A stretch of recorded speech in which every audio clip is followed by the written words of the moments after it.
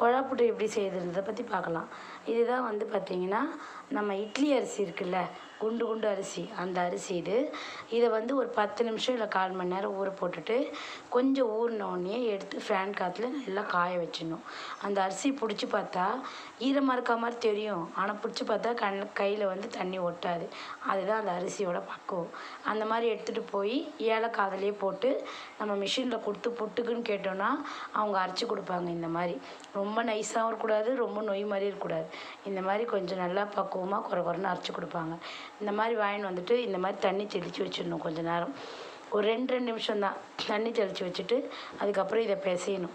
இதை பிசையும் போது பார்த்திங்கன்னா இந்த மாதிரி இவ்வளோ ஈரமாகவும் இருக்கக்கூடாது, இவ்வளோ காஞ்சி போய் இருக்கக்கூடாது. இப்போ காஞ்ச மாவு கொஞ்சம் போட்டு நல்லா இது ஈரமும் இல்லாமல் காஞ்சதும் இல்லாமல் உதிரியாக கொஞ்சம் நல்லா வந்து பிசைஞ்சிக்கணும். கட்டி இல்லாமல் இப்படி உதிரியாக வரணும். அந்த மாதிரி உதிரியாக வந்து இந்த மாவு வந்து நல்லா கொஞ்சம் காஞ்ச மாவு போட்டு நல்லா ஈர மாவு கூட நல்லா அழகாக பிசைஞ்சிக்கணும். ஏன்னா மொத்தத்தையும் பிசைஞ்சி வச்சுட்டோன்னா அது இதுவாகிடும். அதனால் கொஞ்சம் கொஞ்சமாக போட்டுருவேங்க. இந்த மாதிரி உதிரியாகவும் இருக்கணும், ஈரமாகவும் இருக்கணும். இதுதான் இதோட பக்குவம். இதுக்கப்புறம் என்ன பண்ணணும்னு சொல்கிறேன். மாவில் வந்து உப்பு தண்ணி தெளித்து பிசையணும்.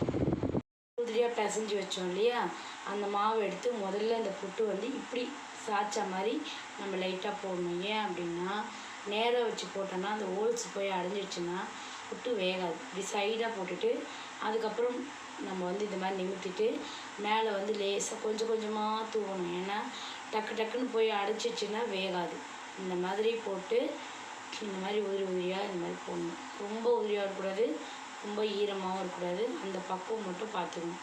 போட்டு இந்த மாதிரி கொஞ்சம் கொஞ்சமாக அந்த இது ஃபுல்லாகிற மாதிரி போட்டுடணும். இப்படி போட்டுடணும். அதுக்கு முன்னாடி அந்த புட்டு சொம்பில் தண்ணி ஊற்றி வச்சிடணும். தண்ணி வந்து அது காஞ்சிக்கிட்டு இருக்கணும். நல்லா கொதிச்சதுக்கப்புறம் அந்த சொம்பில் இதை எடுத்து அப்படியே அந்த சொம்பு மேலே வைக்கணும். ஆவி வந்தோடனே இந்த புட்டு வந்து இந்த மாதிரி வெந்து போயிருக்கும்.